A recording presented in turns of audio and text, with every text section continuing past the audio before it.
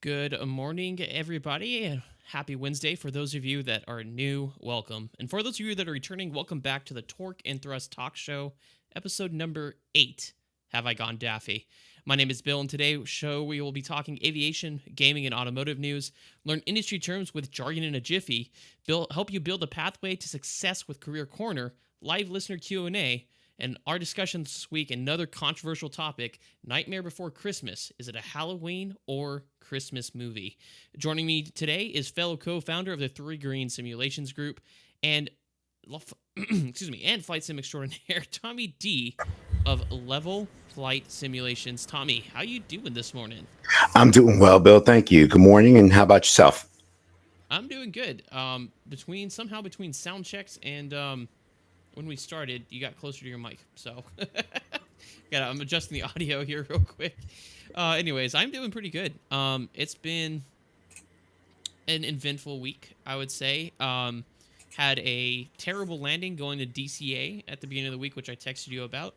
And then I was having all this week off for Thanksgiving, which is the first time in almost a decade that I've had Thanksgiving off, which is amazing to be home with family on the holidays.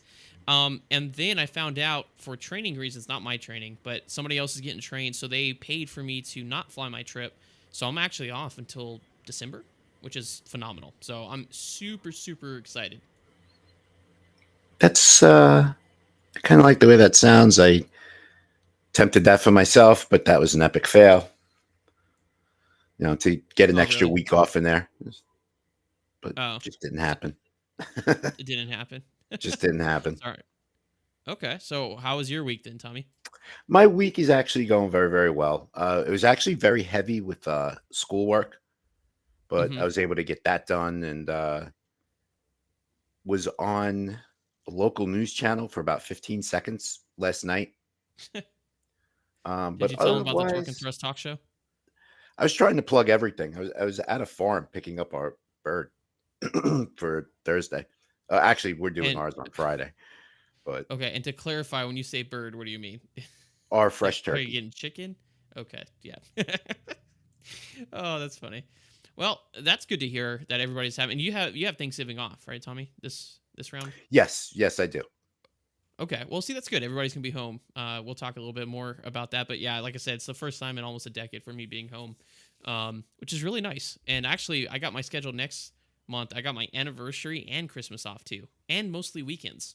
I don't know what happened. I texted you when I got that schedule, and I was like, I don't know who or what I sacrificed to get this, but the flight gods have smiled upon me, and I have gotten a good schedule for once for That's it. December. And So just grab that surfboard and ride the wave for as long as it'll go. I'll take it as it comes, 100%. All right, starting off today, we're going to be talking about a little bit of some aviation news today. Not really going to be talking about flying as in more of flight crew stuff today, because I think this is extremely important for people to be aware of. The article today comes from Simple Flying, which, if you guys aren't familiar, it's a website that publishes various journalists and articles with with the most up-to-date news in the aviation industry.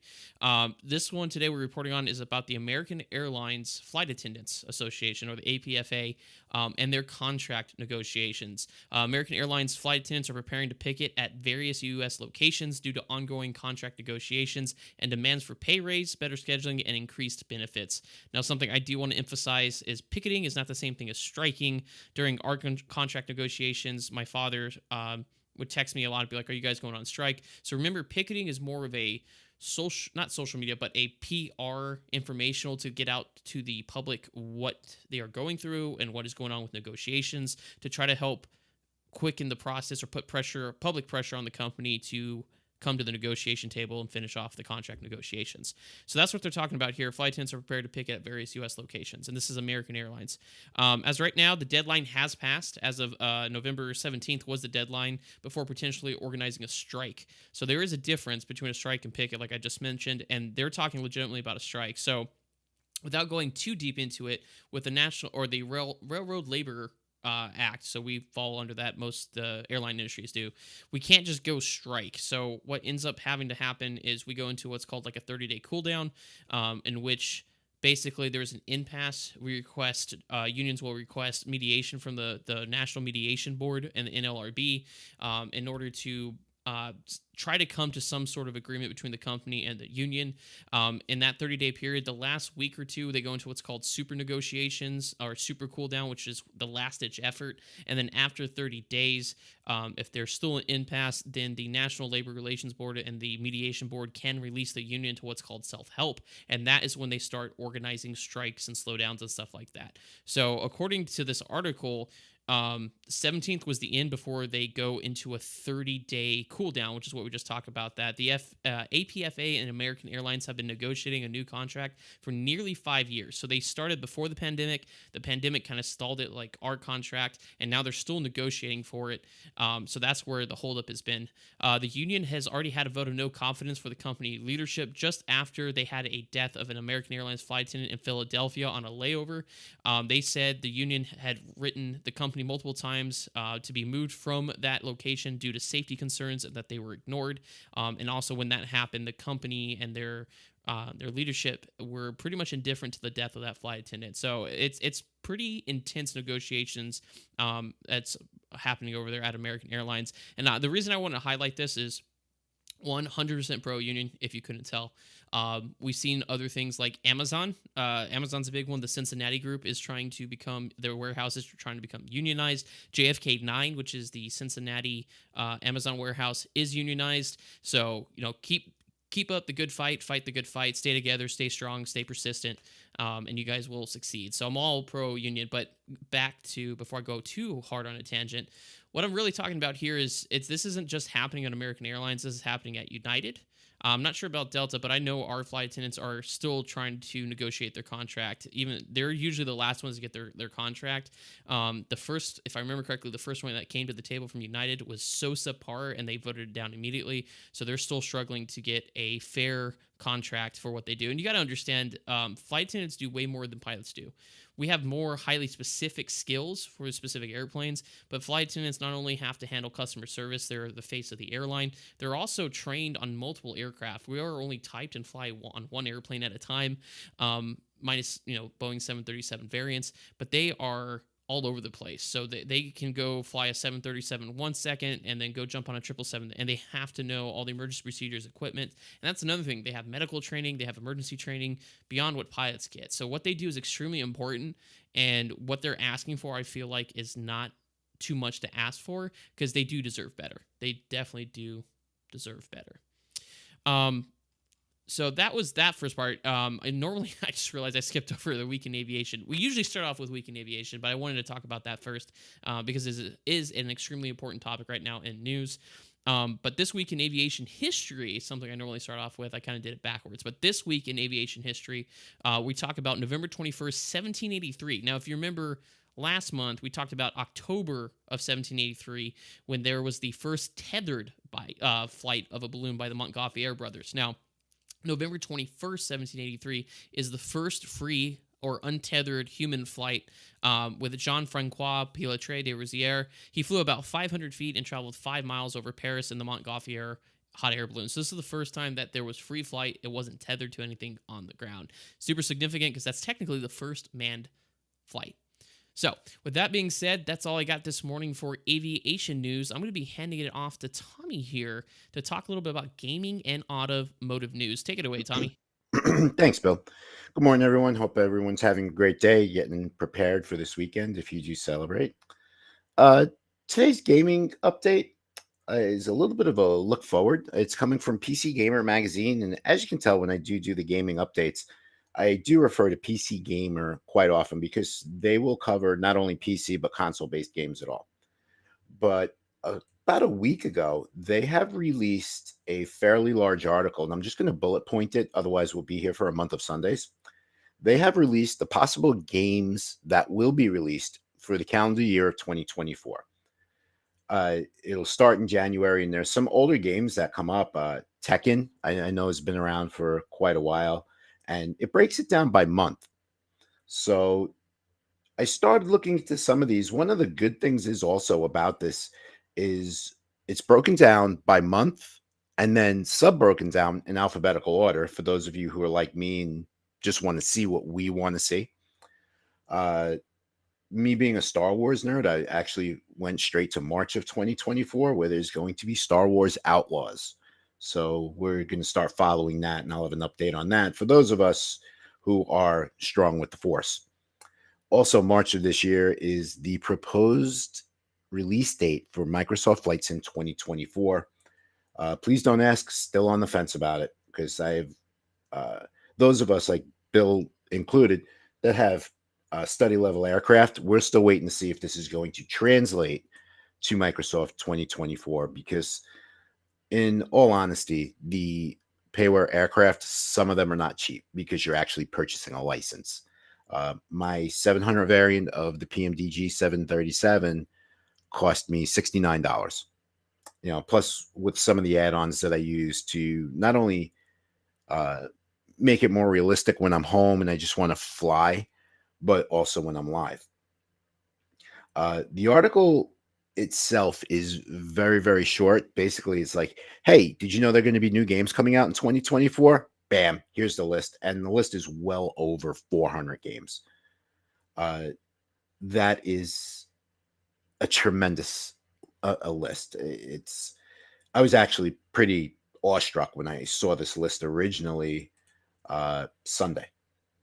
But looking forward in 2024, I do have a little bullet list. And also for those of you watching, if there is a certain game you like and you would like to hear an update on it, please go ahead and drop us a line. We have Discord, we have X, formerly known as Twitter, YouTube, Twitch, and as always, our ever free Discord.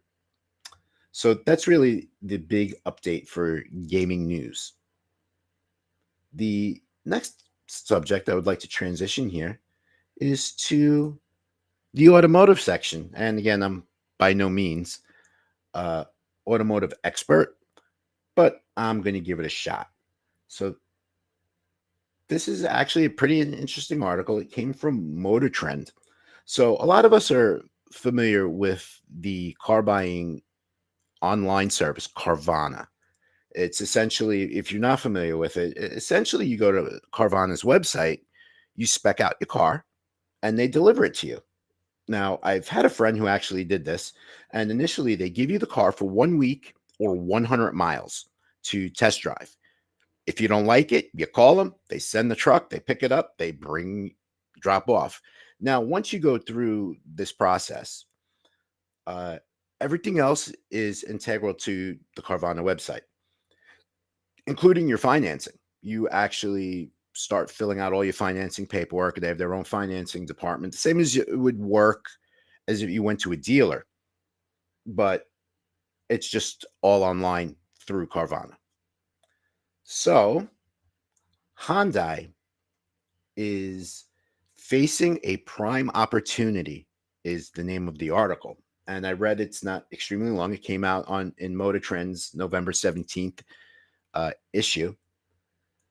Hyundai is going to be partnering with Amazon and AWS, which is the Amazon Web Service, for those of you who are not familiar, to actually start selling vehicles online. The initial test is going to be that you will visit your local dealer. You will get the information, test drive the vehicle the same as you are, because I know me personally, I'm never going to lay a cent down on a vehicle on that I have not driven. I got to get behind the wheel and see how the car feels, if it's right for me, things of that nature. It's, to quote a vice president, how people shop and buy products is always evolving. So that's the basis behind this partnership between Amazon and Hyundai. So I'm sorry, just hold on. So you're telling me now I'm going to be able to buy cars on Amazon? Like if I Yes, type, "Hey, I want a yes, new sedan." specifically Hyundai. Okay. Okay. Yo, Interesting. And and and who's delivering it? Is it it's gonna you're gonna order it, but it's gonna be delivered by Carvana? Carvana? no, Carvana has nothing to do with it. I was just using it because I think Carvana might have been the research model. Gotcha. So Uh, wow, that is yet to be they're selling. determined. This is in infancy. Also, you know how some You know what the rule says. cars, uh, with the way the cars are now with satellite radio and this, that, and the other thing, and you could stick the kids in the back, put your internet in the car, and boom, they're watching TV on that long drive to Yeah. grandma's house for a Sunday visit. Yep. Yeah, there's a really good chance that AWS is going to be in future Hyundai vehicles with Oh my Alexa. god. So they're getting in bed with the Amazon. Yeah, yeah, Basically. Okay. yeah. That's And funny. I saw this.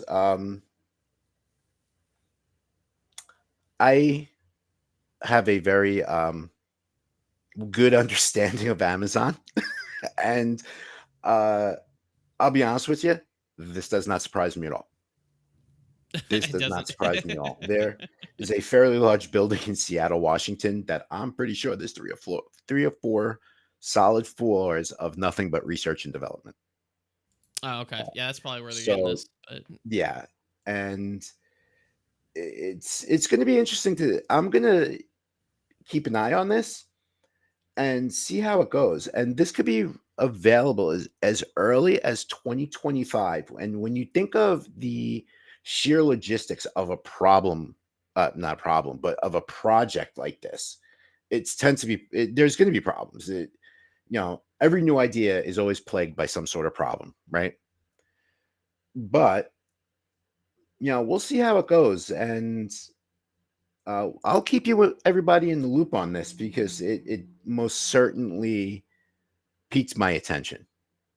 So there's our update for automotive news. And Bill, my good friend, how about we have a little bit of fun with jargon in a jiffy? I cannot hear you, sir. it would help if I unmuted my mic. For those of you that don't know, Jargon in the Jiffy is one of our favorite segments of the show. It's basically a word game. While it sounds childish at first, it's actually a lot of fun that we found out in our last 7 episodes, 8 including this one. But basically, Jargon in the Jiffy, our industries, Tommy's medical experience, current safety experience, and mine as an airline pilot, there tends to be a lot of words and terminology that can seem quite intimidating, but the whole point of this game is to break down the different words and terms that we use so you guys can learn with us about what it is. So the way this works is Tommy's going to go first. Tommy is going to say his word and then continue to use it in a sentence to give us context. And it's going to be my job to try to figure out what he is saying. And then we'll switch. I'll do something from my career field, which is as an airline pilot, and then he's going to try to guess. And the whole point of this is at the end of this, we're going to learn something new. So without further ado, Tommy D, take it away with jargon in a Thank jiffy. you so much. And the point is that we do learn something about each other's industries, even if it's just the verbiage. The Mm-hmm. underlying thing is we're very competitive people and we really look to stump each other and go out of our way to work hard on this particular part of the show. Yes. Yes, we're So, cutthroat when it comes to jargon in a jiffy. and this week's is going to be a rarity. It's probably going to be one of the only times where things kind of work well. But my jargon in a jiffy is wigwag. You son of a. I, And here is the okay. sentence, my friend. It's not fair because you go first, because now it's going to look like I'm copying you. But, anyways. No, I actually copied you. So I will go ahead Okay. and say that publicly right now. Just we've based this show on honesty and we're going to keep that train moving. All right, I Tommy, need let's to see what you cut through got. traffic. Bill, hit the wigwag. I need to cut through traffic. Hit the wigwag. Does it have anything to do with traffic lights? No, Okay. no, but Wigwag. you're on the Um, road. You're on the road. You're on the 4 lane. You got to get on the 2 lane. okay. Does it have to do with like the emergency lights? It certainly does. Are wigwags the white strobes, the traffic clearing lights, or the intersection clearing lights? No, and I'm not going to say that because you just gave me an idea for next week. Oh God. Okay. Is it a siren? Is it part of the siren? Is it a No, specific it's like not part of tone? it is a part of the emergency lighting system. The sirens, believe it or not, it's part of the emergency equipment, but it's not included in the lighting. Okay. So wigwags. They're not the square ones on top of the ambulance, right? The No, the those are strobe those are just referred to as box lights. Well, in the industry, they're box lights. box lights. Okay, so the only other ones I can think of the wigwags are the um what's it called? Your headlights. Yep, there So you are. yep. They are. Okay. It's actually two-staged.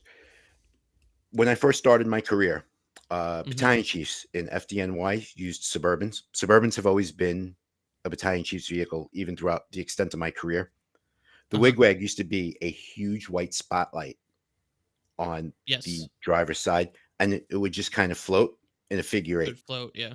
And so that Okay. was the Yeah. original wigwag. Now wigwags have evolved in you see them in police cars, fire engines, ambulances, all sorts of emergency vehicles. It's the Mm-hmm. alternating high beams. Okay. So Because there's uh there's also one some fire trucks have it on the front, right? That little spinner on the front. Isn't yes, that a yes, wigwag? that is also an evolving wigwag, which now with the advent of LED lights for emergency lights, isn't that the most annoying thing in the world as far as lighting It is is. concerned? Mm-hmm.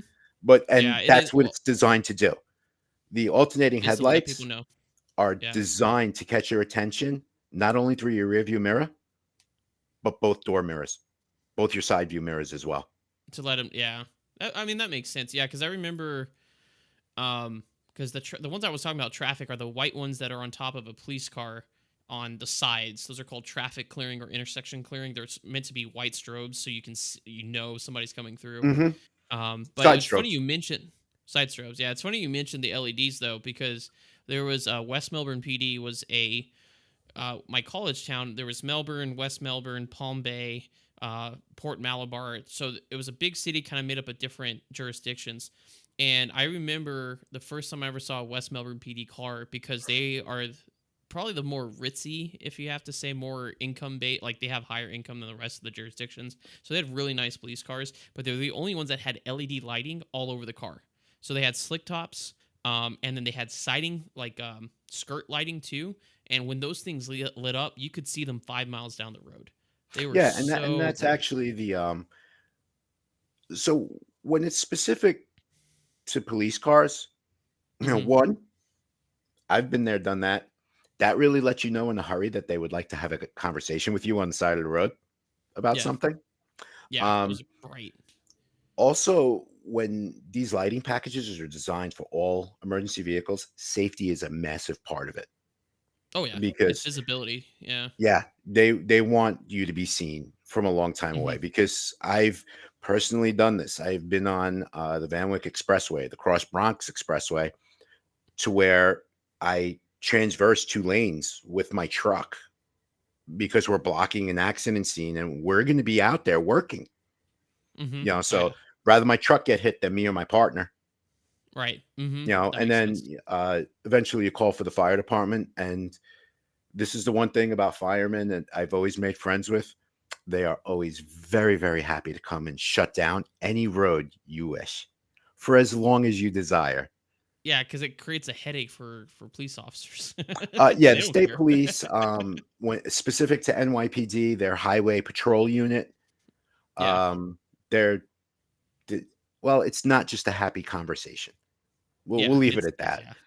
Yeah. Well, that was a good one. Wigwag. Okay, so that's the headlights, the alternating headlights to clear traffic in front of the emergency vehicle. Hmm.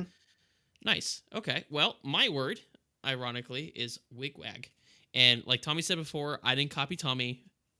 He No, copied me. Tommy copied Bill. Well, we're going to be Yeah, honest. because I just scrolled down when you were talking. And I was like, you got to be kidding me. It's the same. Okay. So my word, and this, I mean, this is actually a really good.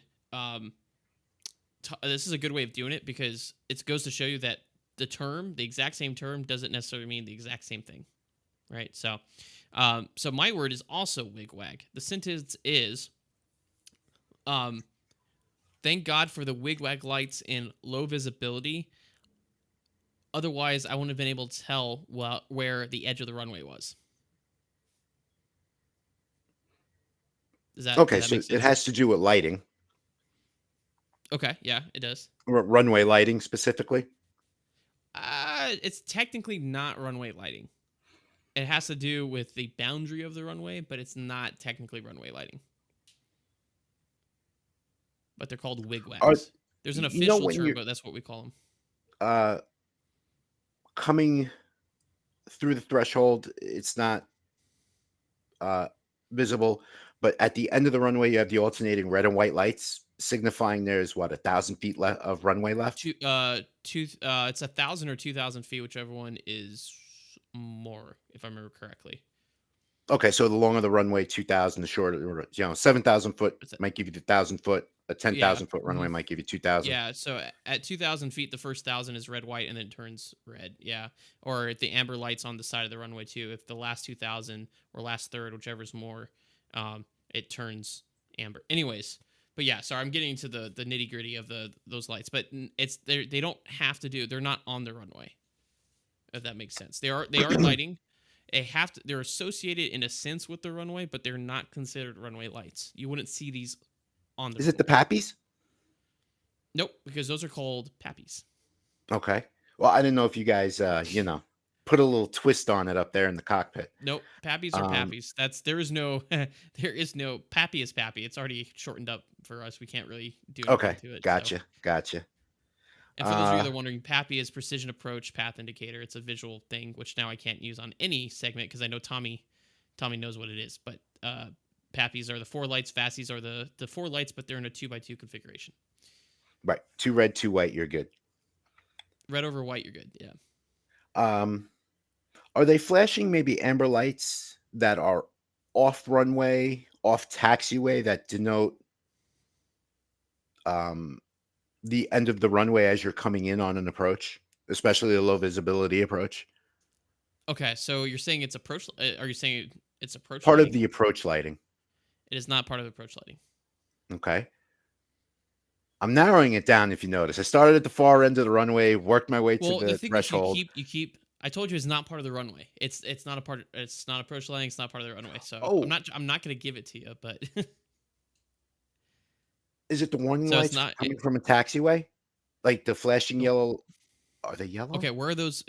Your clothes. I mean, where? What are you talking about? Can you be more specific? Because I'm not sure what you're talking about. Sure. So if we're on taxiway alpha and we're Uh turning huh. left alpha 1 to get ready to take off, Okay, the so you're approaching the lights, runway.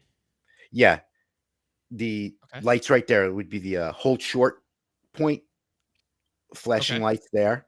I know some airports Okay. have that system, kind of like a Yep. warning. So what color are those? Do you remember? I want to say they're yellow or Yeah, amber. they're amber. Yep, that's exactly what they are. So the wigwag lights, they're all the official name is guard lights.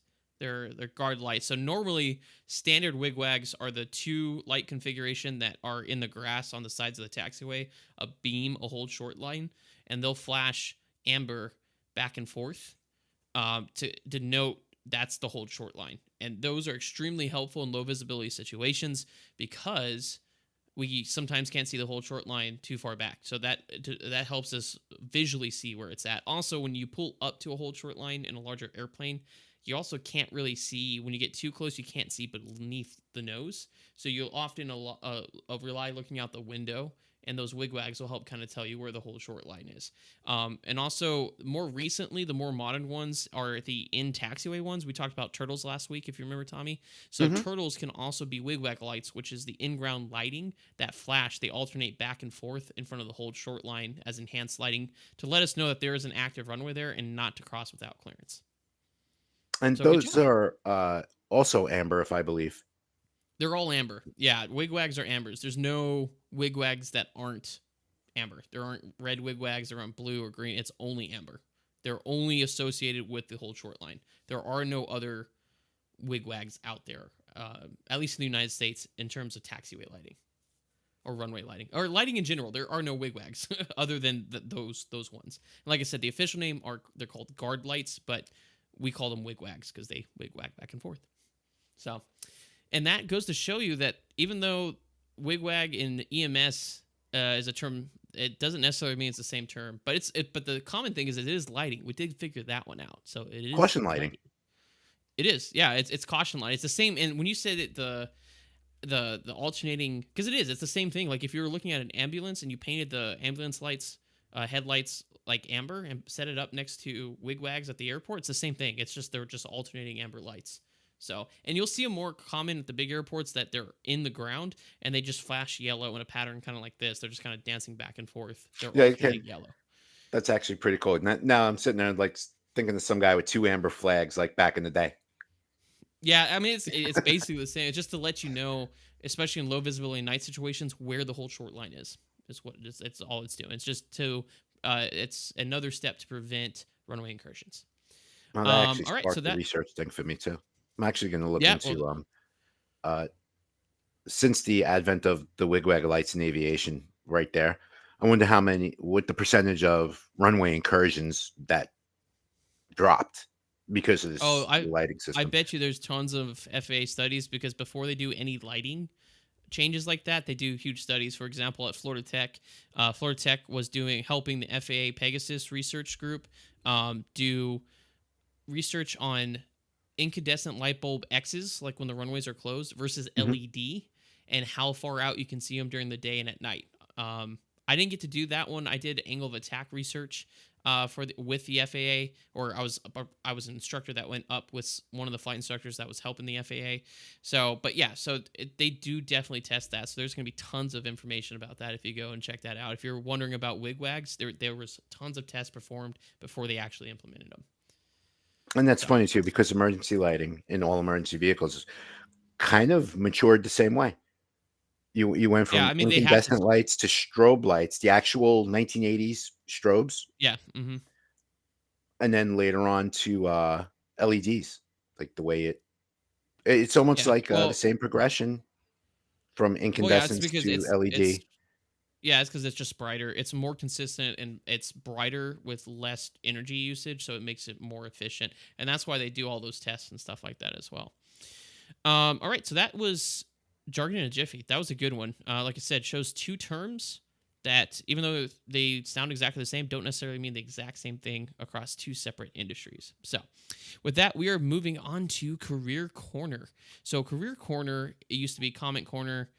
It wasn't a very successful segment, so we figured we could utilize the time for something a little more productive, where Tommy and I talk about the building blocks to our careers. So Tommy talks about what it takes and how the different training weeks leading up to being a EMT in your respective county, city, etc. And I talk about the building blocks to become a professional pilot. So this week we are on step 5 for Tommy, which is week 5 in EMT training, and I'll be talking about step 5 or time building when it comes to me. But first, Tommy, take it away. Let's talk a little bit about week 5 of EMT training. Thank you. Week 5, everybody. So it doesn't seem that it's been this quickly late, but we're in this over a month, starting at week 5.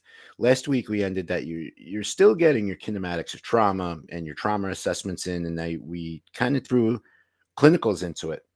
A lot of that is starting still going on. The building blocks that we're building, especially, may seem slow, may seem a little egregious, but it's definitely things that need to be built on.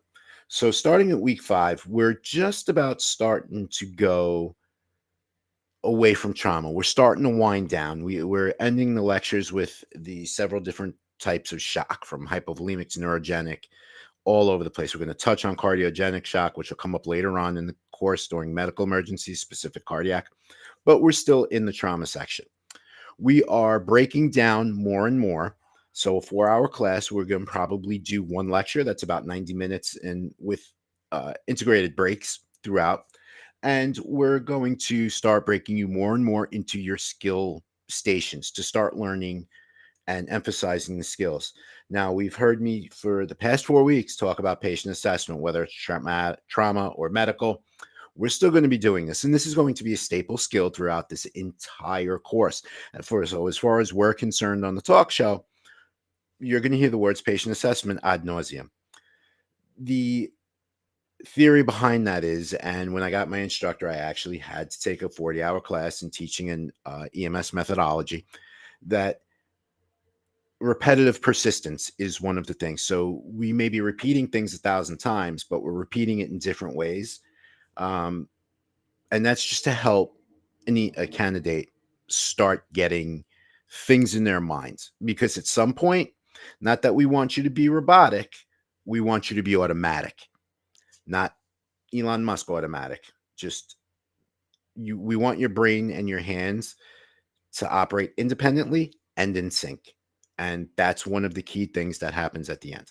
But as we wind down trauma, we're breaking you into your skill sessions. You're working on your patient assessment. We are now teaching you how to bandage wounds, stop bleeding with direct pressure. We're bringing in tourniquets now, because tourniquets are once again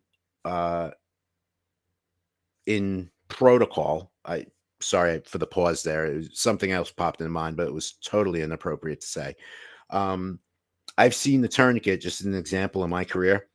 4 times it's changed in protocols, in out protocol, in and out of protocol. And we're also giving you the precursor to a subclass that's called Stop the Bleed, which is also available through most American Heart CPR courses. From there, our skill labs, our lectures, your clinicals. Now, we started out with a core group of 20 in this class. So now we're a week into the clinicals. Half the class does ambulance, half the class does ER, and then later in the week we switch it. And in all honesty, as an instructor, we do that just so we could track you guys, because we have to show up at the ER. For the first few clinicals, we're actually there with you. So if it's 8-10 hour clinicals, we're there with you in case you have any questions. And to be honest with you, when you're instructing in the EMT class, you're usually instructing in the area you work. So I may very well be instructing a partner in the future. And believe me, if you're sitting in the bus with me, I want to know what you're doing, because I don't want to drive all the time. When that goes on, here's the unfortunate part of this. And I have a lot of respect for these people. Let me get it by saying that. This is where some people start to realize this might not be for me, especially if they're in a busier emergency room or they're on a busier unit. And yes, we tend to stick you on trucks that have a higher call volume.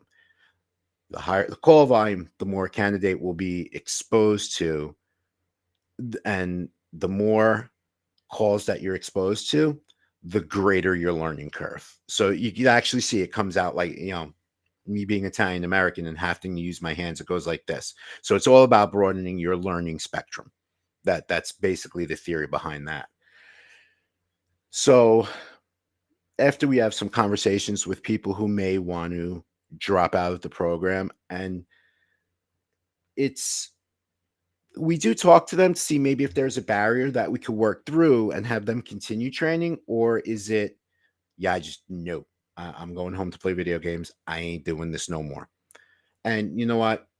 To those of you that has happened to, or to those of you who are going to try this and this does happen to, I'm throwing props and respect your way, because it's better to admit this is not for me and withdraw than it is to continue and possibly get hurt yourself, or to do what we're not supposed to do, and that's make your patient's condition worse.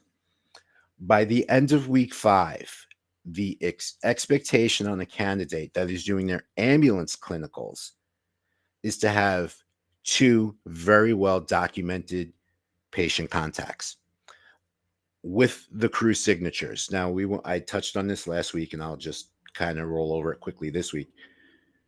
If Bill was an EMT candidate, he's riding on my truck, and he really didn't do anything. Um, at this portion, like maybe it's his first or second clinical on the truck, I get it. You just want to kind of like hang back, be chill, and watch what it is we do on a daily. I'm good with that. Later on in the class, not so good with that, because the EMT candidates are actually operating under my credentials and my certification numbers. So if an EMT student does something that hurts the patient, I'm the one that's going to get called to the carpet in front of the state investigation board. Now, thankfully, knock on wood, that has never happened to me, but it is a possibility. So I want to make sure they know what is going on with that patient. And as well, these patient care forms that they have to fill out are a building block nature, that the very first few, not a whole lot of information on it. Maybe vital signs, maybe some findings, definitely a chief complaint. But by the end of their clinicals and their 12th patient contact, they should have a completely filled out form, including the treatment and response section. And my name and my credentials actually have to go on that to get handed into the state so they can take their final exams. But with that, week 5, uh, keep in mind, maybe the last day of week 5, I've done it in the past as a lecturer during the class. We started bringing in a little bit of a pre conversation on medical emergencies. This is even more nitty gritty of the class, and we will touch more back on that at the beginning of week 6. So that's pretty much where we stand in EMT training, week number 5. And I keep forgetting to unmute myself, but that's awesome. That was a very thorough run through of week number 5, Tommy. So thanks for that. That was very Thank you. intriguing to listen to. I know you all couldn't see me, but I was literally sitting here listening intently. Tommy could see me on his side of things, but I was just sitting here listening intently. That was really good, Tommy. So now I'm going to try to do better than that if I can. I don't know if I can. That was pretty solid. I'm not gonna lie. That was pretty solid. So now we're going to talk about step number 5 in your pathway to become a professional pilot. Whether it's airline pilot, you're flying, the rich and famous around, but in general, your pathway to professional. So to review, step 1 was going to go and get a discovery flight, see if it's something you actually want to do. Step 2 is getting your private pilot license. Step 3 is going to be commercial time building or your instrument license. Step 4 is going to be your commercial license, whether it's it's going to be your commercial license. So that's either your commercial or multi add-on. Step 5 would be CFI. So I guess this is technically step 6, unless I missed something. Let's see. Step 1, PPL or discovery flight. Step 2, PPL. Step 3, instrument rating / commercial. Step 4, commercial. Step 5. So yeah, I guess we are on step 6. I'm sorry, I miscounted. So step 6 is what we're talking about today. Step 5 was last week, and we're talking about CFI, CFII, MEI. Step number 6 is just time building. So once you get your license, either as a CFI, CFII, MEI, or just your commercial license in general, it is time to time build. And what does that mean? So once you get your commercial license, like I kind of discussed last week, that doesn't mean you can just go fly an airliner. You can't go jump into a 737 and fly away. There's still one more license you have to get. In the United States, we call it the Air Transport Pilot Certificate, or ATP, and overseas they call it the ATPL, which is the same thing. The Europeans like adding an L for license at the end of it. We don't do that here in the United States. but ATP is what you're striving for. So there are very specific minimums, and I'm not going to rattle them off because I don't know them off the top of my head. You have to go look up the requirements. But the big one, and it's the talk of the town right now, is the different total time. So like 1,500 hours. If you go to an accredited university, that qualifies for restricted ATP, depending on if it's a four-year or 2-year program, it's 1,000 hours or 1,200 hours. But within that total time, there's little things that you're trying to build. So like cross-country PIC, nighttime PIC, stuff like that. And it's all listed out in the regulations for ATP or for the Air Transport Pilot Certificate.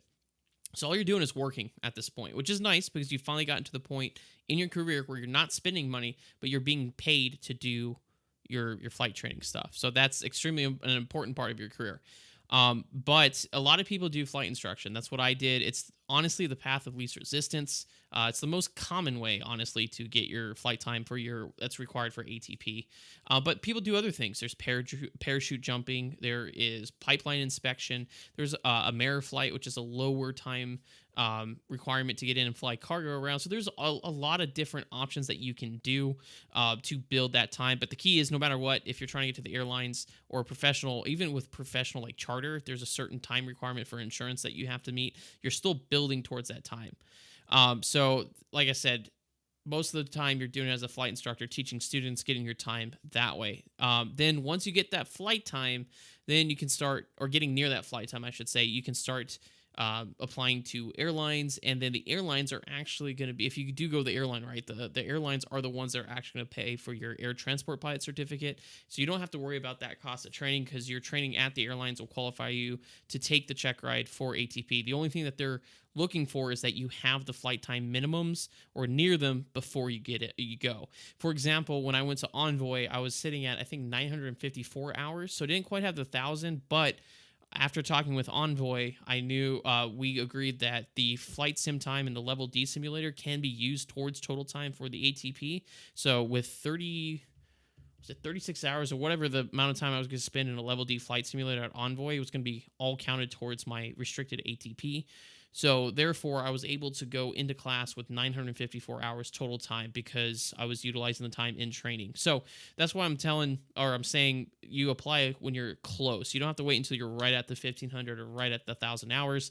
But you do, when you get a little bit closer and a more reasonable time, probably I would say within 6 months to a year out of actually getting the minimums for the restricted ATP, whether it be the 954 utilizing training or the actual 1,000 or 1,500 hours, that's when you start applying for your job with the airline. So not a super exciting, I mean, it's super exciting because you're getting paid to fly, but in terms of like, you're not doing maneuvers, you're just teaching. It's kind of time building is just kind of a necessary evil. I guess it's lull between getting all your certificates and doing what you want to do, basically.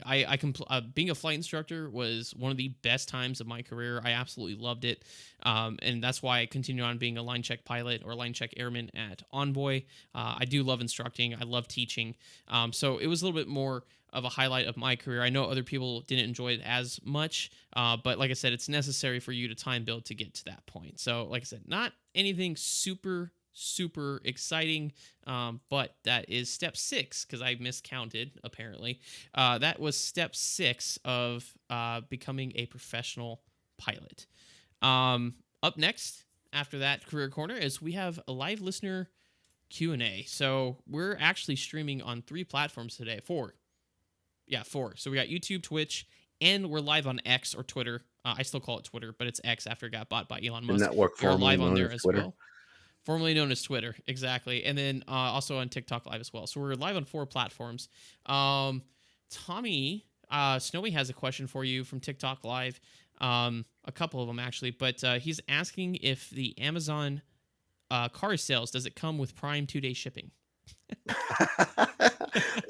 think that's a good one. Snowy, I know how to get in contact with you through a DM. When I find out that information, I'll send it to you, buddy. But I'm thinking right now that's going to be a hard Probably no. not. Yeah, it's probably not. I don't think that's included with the Prime subscription. Otherwise, my wife's going to be buying cars left and right. So, wait. Hopefully, neither one of our better halves are watching this, because that could be an issue for us in the future. Yeah, what is this car doing in my driveway? Yeah, who why is this this here? Whose car is that? Oh, that's my new one. That's funny. And then Snowy also wanted to ask, have you heard about the 787 landing in Antarctica and its significance? I did. I saw a video of, I believe it's a Norse airline 787 that landed down there, and it's the first 787 to land, or something that big to land on Antarctica. I think that's where it is. I think it's the biggest airplane to land down there. I want to say I've seen Iceland Air like 75s and stuff go down there, but 78s, anything bigger, it's usually like 75 and smaller. And the significance of that is there is no paved runway down there. It's what they call a blue ice runway. So you're literally landing on ice with braking action nil because it's ice. So it's that's the significance, is having something that massive down there. Now I think that was probably a charter for an expedition of some sort. I don't think that was a passenger flight. I don't think they're going to be advertising, "Oh, we're flying to Antarctica." But that was pretty cool. Did you see the video, Tommy? I did. The I video did was see pretty the cool. video, and it does spark a question. Before I do have a couple comments in Yeah, go my for it. TikTok as well. Uh, that that 7.8 that put in there, is that aircraft specifically rigged for that type of weather and that type of runway? I mean, because So that's a snow runway. That you're not looking at an so asphalt runway. the only thing that would be changed, so the performance and stuff wouldn't be changed. It's not like they have an ice runway engine for the 787. That's not a thing. Um, but they might have had landing gear kit stuff. Because I don't know if you've ever seen the 737-200 with the gravel kit, the one that like WestJet flies. It has like a little skid on the back of the nose wheel and has this little rod that Yes. sticks out from the bottom of the engine that prevents vortices and sucking up gravel into the engine. So there might have been something like that in terms of modification to those airplanes where it's like an ice kit, but it's nothing. I didn't see anything in the video that would indicate that there was special kits on it. So I think it's just a straight up 787 that went down there and landed. Okay. All right. So I always wondered that, like, because Antarctica, I mean, there's cold weather operations, then there's Antarctica. Antarctica, And yeah, it's I would completely term that as different like thing. an extreme cold weather op. Yeah, well, and also depends because it may have not been too cold, but it's a good point because, like, for example, on the Embraers I used to fly, if you landed, and which we did a couple times during the polar vortex a couple years ago, if you land beneath -40 degrees, you could still take off again, but you have to have a maintenance inspection. So during when we were flying around the polar vortex, every landing in the Midwest was a maintenance inspection because it was so cold. But as long as the maintenance inspection was checked good, you could take off again. So maybe it's that. Maybe they had to do something like that down in Antarctica. Maybe. So It who sounds knows? reasonable. I mean, I Uh, think it does. So, all right, Tommy, you Bella, said you got some questions on your end. I don't have questions. I have comments. I'm just going to say Oh, hello okay. to everybody and thank you for that. Bella in here, 320 hours total time with CFI. Interview with Hmm. Spirit to get a CJO until the RATP minimums. Well, congratulations and wish you the Yep, best that's of a, luck with that's that. yeah, that's what I Uh, did with Envoy. I didn't have my time when I got my CJO. I just knew I was going to get it within the time limit. So, and then the one I actually had to mute myself because it made me laugh during one of your sections. Our friend mm, Franco, when I yep, had finished up the automotive section, he says, "Well, if I don't like the car, could I return it to Kohl's?" No, that's they don't true. come out with a return policy on this They're yet, gonna but I'm have to. pretty sure it Yeah. won't What be if I get a Kohl's. lemon? Yeah. What if I get a lemon? How does that work? That makes Yeah, sense. exactly. So, like I said, that I do believe this will be a future automotive news topic, just to keep everyone in the loop because this is very interesting to me. Well, I mean, they already do online like car buying, like you said, Carvana and stuff like that. So it's gonna be interesting. It doesn't surprise me one bit that Amazon is jumping in that market. I mean, Amazon, and that was the point. I was talking to Tommy yesterday because I watched a documentary about Amazon and how it got started. The whole idea was to be a one-stop shop for online for anything you need, one-stop shop. And so I mean, it's becoming that. So it's gonna be Oh, interesting. it is. It is. So a It's discussion topic for another day, maybe. But any yes, other it most questions certainly or is. yeah, any other questions and stuff on your side? No, I am clear.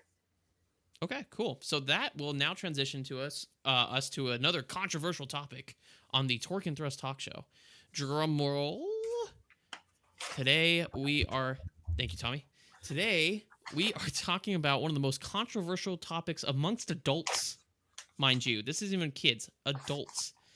We're talking about Tim Burton's Nightmare Before Christmas movie. And realistically, the controversial topic is it a Christmas or is it a Halloween movie? And the reason why we waited to do this in November is I felt like we were in a good middle ground, right? We're in November because some people argue it's a Christmas movie, some people say it's a Halloween movie. So why not have this discussion in November when both sides win, in my opinion? So Tommy, would you like to start, or would you like me to start on this one? If you're good with it, I would like to start. Okay, And go for it. this is strictly my humble opinion. Here we go. The Just like movie the Thanksgiving at starts noon in thing. Halloween Town. This is Halloween. Yeah, Yep, it is Halloween. so yeah, and the main characters, uh, I wrote it down so I specifically wouldn't forget. Okay. The Fair enough. Pumpkin King, the main character Jack of Skellington. that, yes, Skellington. Skellington. He's the main character, and for those of you, I don't want to give the movie away because I want people to watch it too. No, So I'm straight not up going give to it give away. too It's been much of. around for longer than I have on this earth. So if they haven't watched it yet, that's on them. Oh, that doesn't make me feel old at all. But and there are some interesting plot twists that bring Christmas and possibly ruining Christmas in it. But I feel it's more of a Halloween movie because what would you say? About 80% of the movie is based in Halloween Town, with that little bit of stint in Christmas Town. Well, yeah, I want to say Christmas Town was the only time we really see Christmas Town. Is when they're singing the number "What's This" by Denny Elfman. Mm-hmm. So, and that's actually where. So, for those of you that are unclear of where this episode name "Have I Gone Daffy" came from, it's from that song. It's from "What's This." One thing he says in there has "Have I Gone Daffy." Because we're talking about you'd see Nightmare Before Christmas and you'd go, oh, it's obviously a Halloween movie, but some people say it's a Christmas movie, so that's where "Have I Gone Daffy" comes from. Tommy, I'm sorry, I have to explain that because sometimes I've gotten comments before about the titles, like from people that are listening, the titles of our episodes, and they're like, I don't get it. So, the title of our episodes are always based off our discussion, and they're an intelligent, what's the word? Intelligent salute to something about the discussion, like danger. Is it Danger? Bill, Tommy, Justin, Danger. Talking about automation, that's from Lost in Space. Like, that was my salute to Lost in Space and the robot that goes, danger, Will Robinson, danger. So, sorry, I figured I have to explain myself. But anyways, you were saying. So now, the musical portion of the movie, we'll just take solely the musical portion of the movie. Okay. Now, to me, that will, that's a little bit more Christmassy than Halloween would. Like, when was the last time you watched a Halloween movie and there were musical theatrics? For lack of a better That's a term. good point. Yeah, that's a very good point. But yet, Yeah. if you go back many, many years ago, I believe, was it the 50s I or don't the know. I wasn't around. 40s, where Dickens' A Christmas Carol was actually a musical. It was written as a Oh, musical. you mean Yeah, Ebenezer not a Christmas Scrooge Story. and the Ghost of Christmas Yeah, because Present and Past. it's not a Christmas story. Is it Christmas Carol? A Christmas Carol. Is it Charles Carol? Dickens' A 'Cause Christmas Carol. Okay, because Story is the one with Ralphie, and you'll shoot your eye out, kid. Right? That's a Yeah, Christmas yeah, story. and then it's on for 24 hours, and I totally do not Oh, tune I into love that it. channel. Are you kidding me? That's all I do. That's all I do. Fragile must be Italian. Yeah, That's actually, when that's I funny. I said that said. at work last night. Oh, really? Oh, you know what I love the most is fudge. I didn't say fudge. Yeah, I love that part of the movie. I watch it the one time, and then but I can't do it for the 23 hours after that. Well, I'm I good with can't. Yeah, I once can't. I would have. during the I watch season. it once, and especially because I'm gonna be home.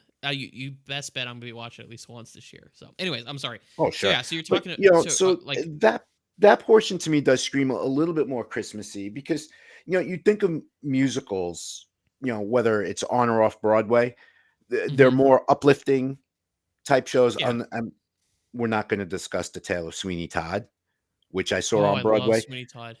Oh, that was a great Oh, one. There's a future love it. show topic right there. But Sweeney Todd, maybe not necessarily the most uplifting. No, but God, no. It's but that when you is one think of of the Christmas darkest musicals, musicals. with one of the most famous being Radio City's Christmas Spectacular, which good Yes. luck getting tickets already now. Yeah. So Yeah. that's how So I you're equate saying like a Christmas musical. okay. But the costuming, Mm-hmm. The I mean, characters that are throughout the movie, whether it's the Pumpkin King or who's the focus, the Santa Claus, and just the way it is, they look like it's just very Halloweeny costumes to me. Yeah, well, I mean, it's that's claymation. the It's not vibe that I costumes, but get when yeah, I watch the movie. yeah. Um, So there, so there you're it saying is. it's a Halloween movie? I am saying it's a Halloween movie, yes, with Okay. a Well, Christmas tease, if you will. okay. Well, I hate to break it to you, Tommy. It's not. It's not it's not a Halloween movie. It's like the least, at least in my opinion. In my opinion, in my opinion, the thing is when I do stuff like this, I do look up research and stuff like that. So I do have some counterpoints to my own points, which is kind of counterintuitive to debate. Um, but we got to think about a couple things. So what is the main plot? Do you remember, Tommy? What is going on in this film? Are we talking mostly Halloween? Are they talking about saving Halloween? No, no, What are they they are talking not. about? They are talking about because what happens Christmas. is Jack accidentally falls into the Christmas tree, which I didn't realize that's how that worked. Into the Christmas tree. He's sick and tired of Halloween, right? He's absolutely Hmm. sick and tired of He's Halloween. definitely He dismayed with wants the Halloween holiday. yeah, he's tired of scaring people. He takes off his head and requote. Oh, was it quotes Shakespearean quotations? He's sick of it. So he falls in. He sees Christmas Land is like, man, this is awesome. Which is where that song "What's This" comes from, right? Have I gone Daffy? Then he comes back and he's like, we need to do it, right? We need to do this correct. We need to do Xmas. We're to give Santa Claus, which is what he calls him, Santa Claus, a break, right? And his version of a break, which is kind of warped, I guess, is a little bit, is by kidnapping him. I, Hmm. it gets weird, but and then that's where Xmas comes from. I've never knew until I saw the movie later in life that Merry Xmas that's from that film. I didn't even realize that. That's Merry Xmas comes from that Really? film.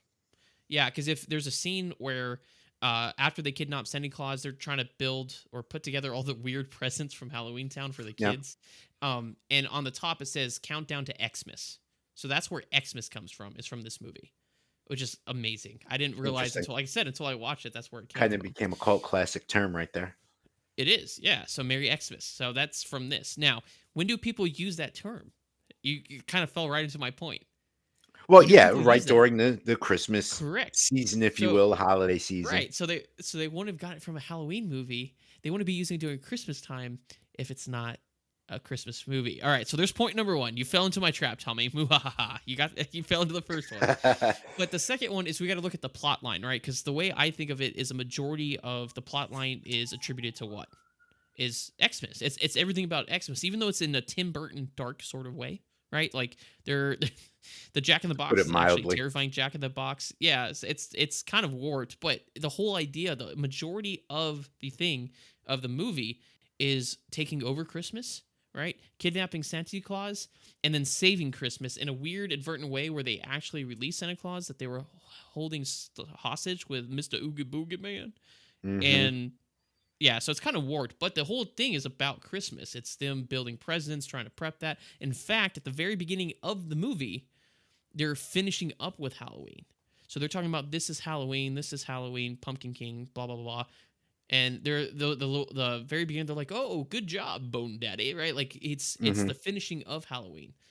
So in my opinion, it's not a Halloween movie because it's majority. If you look at how much of the actual film is talking about the Halloween portion of it, it's minimal. It's the very beginning. Now you're right about costuming.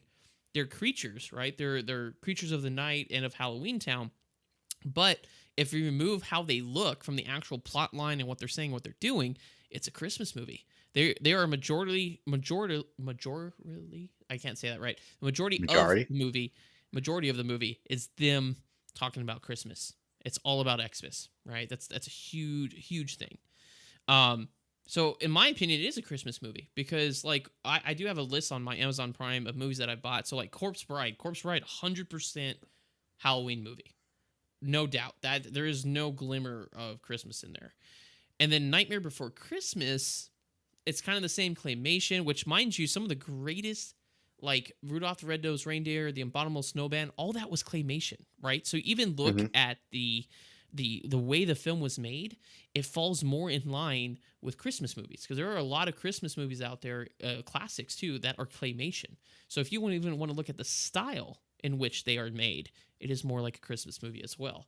See, this is a problem when we discuss films, because I take film very seriously, and I did film. I told Tommy before, I did a film class in college, so I love to pick apart films and stuff like that. So if you want to argue about plotline, then plotline, a majority of it's about Christmas, Xmas, right? If you want to talk about culture, people use Xmas during Christmas time in reference to that. So it can't be a Halloween movie if people are using Christmas references from it. And then finally, in the style in which it is made, there are a lot of films during the Christmas time, like classics, like I said, The Abominable Snowman. I can't remember. There was another one that's a classic. It's like The Night Before Christmas, I think is what it's called. It's a classic, and it's a claymation. Comes on every year. It has Rudolph and all that sort of stuff. I used to watch it as a kid. Also claymation. So even in the style in which Frosty. it was made, Frosty. Yeah, yeah. There you go, It was Frosty. Frosty the So even in Snowman the with Burl Ives as Frosty's voice. there you go. So even the style in which it was made is more like a Christmas movie. But here, like I said, I told you I had some counterpoints, right? This is how my brain works. I'm always right down the middle of most everything, and I try to take all the information in from both sides and try to look at it. I'm never just I'm only on this side. That's me. That's who I am. So I just gave you a 3-point argument, right? A three-pronged, or like how you say in speech and debate. I gave you a three-pronged, what's it called? Unimpeachable argument. But here we go. Here's kind of a weakness to my defense. When do you think it was released, Tommy? What date? 1993. October. Oh, did you look it up too? Oh, did you look it up too? Yeah, I was saying I looked it up too. So, and this is it was released October 29th, 1993. October 29th, 1993. I was born in 94, mind you. So it's surprisingly released 6 months before I was born. I didn't realize it was that old of a film. Yeah, it's been around a hot minute. So one could argue that its release date in itself was in 29, 2 days before before Halloween. Someone could argue that was intended to be a Halloween movie. Mm-hmm. But then we get into the argument of, do we care about the production or the director's intent of it being a Christmas movie or a Halloween movie on October 9th, or what we see in the film? I don't know. I say if it was released on October 29th, that's kind of indicating you don't release a Christmas movie. You don't release Mistletoes or the new Santa Claus series in October. Right. You know what I mean? Especially back in 1993 when we were talking to Jingle or Not to Jingle a couple episodes ago, we were talking about way back when there was a clear separation between Halloween, Thanksgiving, and Christmas. It was very clear. Oh, that was a very delineated line in the sand. Absolutely. Yeah, exactly. So now we're looking at this. So 1993, back when that was a delineated thing, and it's saying October 29th. So I would say that the intent of the movie was to be Halloween, right? The intent. I say the content and the culture and the style in which it was made makes it a Christmas movie. I'm sticking to my guns with that, because I honestly, like, my wife's like, "Do you want to watch this?" Because we have it on Amazon Prime. I said I'm gonna wait until Christmas. And she just kind of gave me a sideways look. I'm like, because it's not a Halloween movie. The old movie side eye. Yeah, it's just like, what? And then Tommy, which has very good points based off the costuming, the time it was released, the setting of it, because we only really see Christmas, even though we only see Christmas Town once, really, in the whole film. It's the talk of the entire thing. It's the plot. So it's one thing. It kind of goes right down the middle. It's a preference, and that's why it continues to be one of the most controversial topics amongst adults, believe it or not, is because you can go and ask whoever you want. And, like, for example, I didn't know what Tommy was going to say, but Tommy had some very good arguments saying, this is why it's a Halloween movie. And then I came out with my 3-pronged argument, said, no, this is why it's a Christmas movie. So let us know in the comments. Let us know in the comments of this, or you can DM us and email us if you want. Or if you're listening on Spotify, iHeartRadio, actually, no, it's just on Spotify. I'm going to put a poll in there. So if you're listening on Spotify after the fact, there's going to be a poll down there to what you think, whether it's a Christmas or it's a Halloween movie. And that'll be up for a whole year. So let us know what you think. Yeah, I would like to definitely see what the audience chimes in on this one, because I think it's going to be one of those things that we're going to have to agree to disagree on this one Yeah, because yeah. In the very, very opinion of good this. counterpoints. But to counter your counterpoint, the Oh, here we release go. date. So some of the things that you've already brought up in your part, like they were Yeah, my but the thing counterpoints. is, So but it, yeah, but the thing is like I said, the intent. The one thing is the intent. So like, if the production company was like, this is gonna be a Halloween movie, and they intend it, it's just like when they come out with a like Sharknado. I'm sorry for those people out there that love Sharknado. oh, That's the yeah. funniest movie I've ever seen. Right? Because it's so dumb. It is so stupid of a movie. So it's like they intend it to be a horror film, but it's actually a comedy to me, to some people. So I feel like it's the same kind of thing. I feel like Nightmare Before Christmas, although it was intended to be a Halloween movie, when you look at the context, according to my three-pronged argument, I think it falls more into a Christmas category. If because a majority of the movie is talking about Christmas. If you look at plotline and like percentage, a majority of it, and even in the time, it's talking more about Christmas time. So not only the setting but the time in which it takes place is after Halloween. Majority of the plot is talking about Halloween. We have culture references for our current Christmas. 30 years later. Wow, it's 30 years old. I just realized that Hmm. it's been around for 30 years. We're using culture references from that in Christmas time around December, and also the style in which it's used or it's made. Now I can't, you can't argue because there's like Wallace and Gromit, right? I love that. Hmm. That's a claymation film that has nothing to do with Christmas, has nothing necessarily to do with the holidays, but a majority of Christmas films, like the older ones, there are a lot of classics that are claymation as well. So those are my arguments. Those are my Now you arguments. see, So when you think Tim Burton, you automatically think more of a darker side Halloween, right? You said it yourself. It's yeah, Tim it's Tim Burton. Burton. He only Okay. does dark things. The claymation production, Mm-hmm. the way I'm seeing it now, we're completely on opposite ends of the spectrum as far as when we watch a movie. You have that, you took the classes, so you have that more analytical Yes. look Yeah, into it, objective. Yeah. Mhm. where I don't, unless if the word Star Wars are in the title somewhere. I So was Tommy, I got to write that down yeah, cuz yeah, we got write to that have a down. discussion about which one is the best Star Wars. Right, and here we go, ladies and gentlemen. These are That how might these break this episodes friendship. are born. Yep, that's how we do this. That's how Sometimes we it's do this. over American Truck Simulator. Sometimes it's over Modern Warfare. Sometimes when we're Yep. live. Yep, But exactly. so and I when you see a production or a movie by Tim Burton, so right away, a movie watcher Mhm. that is not going to have that analytical outlook to it automatically.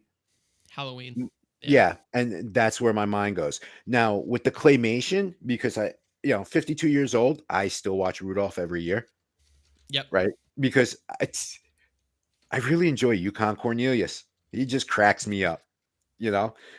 And I think that was more of a homage to films that he did it in that way rather than animatronics, a Pixar type digital thing. Well, actually, I didn't have that back in '93, but you know what I'm getting at. Like Yeah. Mhm. more use of the available technology at the time for movie making. Okay. You ready for another counterpoint to your counterpoint, Tommy? Oh, this is going to be a hot minute. Ladies and gentlemen, this is going to continue offline. This will probably Oh be my the thing god. of the afternoon. Oh my god. Okay. So, because I mean, you made an excellent point, right? Tim Burton makes dark films, right? And um, hold on, sorry, let me just okay. So, you make a good point, right? Tim Burton makes dark films, so people automatically associate it to Halloween time, right? And you just happened to mention Sweeney Todd, the Barber of Fleet Street, right? Mhm. Um, Great show. Great show. great show. So let's see, the original play. Actually, hold on. I was looking this up and I thought I hold on. Let me just double check this real quick because I just want to make sure. Hold on. Oh my god. By the way, Bing, worst thing known to man. I don't know why that keeps coming up. Um, quick typing here. Okay. So counterpoint. I just want to double check before I said anything because I want to make sure I'm right about this. When do you think Sweeney Todd with Johnny Depp, right, the one that's the most popular now, Okay. the movie was released, the Tim Burton movie. When do you think it was released? Honestly, I have no idea, but just following in line with the conversation this morning, I'm gonna have to say Mhm. that was released somewhere in October. December 3rd, You're kidding me. 2007. December 3rd, 2007 is when Sweeney Todd, which is one of the more iconic Tim Burton films, came out. 2007. Wow. December 3rd. That's the key thing. So the argument that Tim Burton comes out with dark Halloween films can't be used because he's released films in December. Now, granted, Interesting there's other counterpoint. things there's obviously there's other things that go into that. There could have been production delays. There could have been a lot of things. The actor Okay, but that's schedule and not the stuff point of the could relate. conversation. The release date is the release date, regardless of the Correct. path that Yeah. So it that came to. December But let's 3rd. just stick with the release date because that'll just overcomplicate everything. Because Yeah, I'll turn around but and be like, "Hey, that's listen, this movie was ready to go. A Nightmare yeah. Before Christmas was ready to go in June. And the Yeah. production company just sat on it and shelved it for Just a sat on it while. the entire time. But you see what I'm saying though. Oh, sure, sure, So Tim and Burton does release Christmas films because very good Sweeney counter Todd to the apparently is a counterpoint. December film. I guess is Sweeney Todd. No, there's no way Sweeney Todd is a Christmas film. There is no way. No, no. The only glimmer of, and this is gonna be really bad. The only glimmer of holiday cheer is the meat cakes. That's it. That's Hmm. it. But the way the meat cakes are made, the whole storyline is dark and there's no way. There's no way that's a Christmas film. But No, it was no, released in that December. that's and I'm sorry? But I'm saying it was released in December though. So Yeah, that's so very that interesting, argument's and that's a good yeah. counterpoint. Still not enough to sway me to the Christmas movie side of the No. fence, but So and so ladies and gentlemen, in the opinion of this podcast, we don't know.